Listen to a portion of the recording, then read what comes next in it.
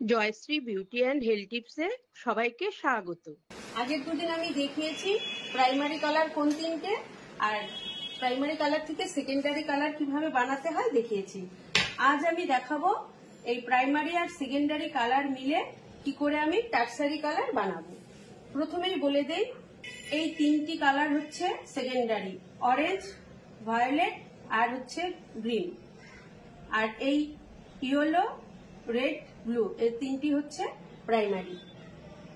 এখানে দেখো এই পার্পেলটা হচ্ছে সেকেন্ডারি কালার, এই পার্পেলটা এখানে আমি নিয়েছি। এবার এই পার্পেলের সাথে আমি প্রাইমারি কালার মিক্সচার করে দেখাচ্ছি। প্রাইমারি রেডের সাথে আমি সেকেন্ডারি পার্পেল এই দুটো মিক্সচার করে হয়ে যাবে রেড পার্পেল।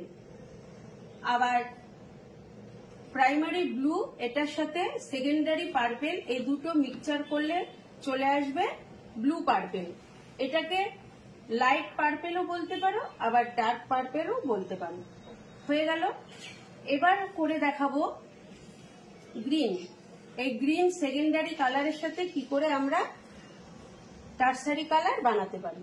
এবার হচ্ছে এই ইয়েলোটা, এই প্রাইমারি ইয়েলোর সাথে আমি নিয়ে নেব গ্রিন সেকেন্ডারি।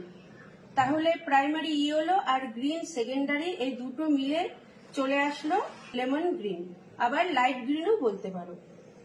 সেরকম প্রাইমারি ব্লু কালারের সাথে আমরা সেকেন্ডারি গ্রিন এই দুটো মিক্সচার করে বানিয়ে ফেললাম ডার্ক গ্রিন। হয়ে গেল। এবার হয়ে যাচ্ছে তৈরি, দেখো এই অরেঞ্জটাকে, এটা হচ্ছে অরেঞ্জ সেকেন্ডারি। প্রাইমারি ইয়েলোর সাথে অরেঞ্জ সেকেন্ডারি মিলিয়ে বানিয়ে ফেলবো লাইট অরেঞ্জ।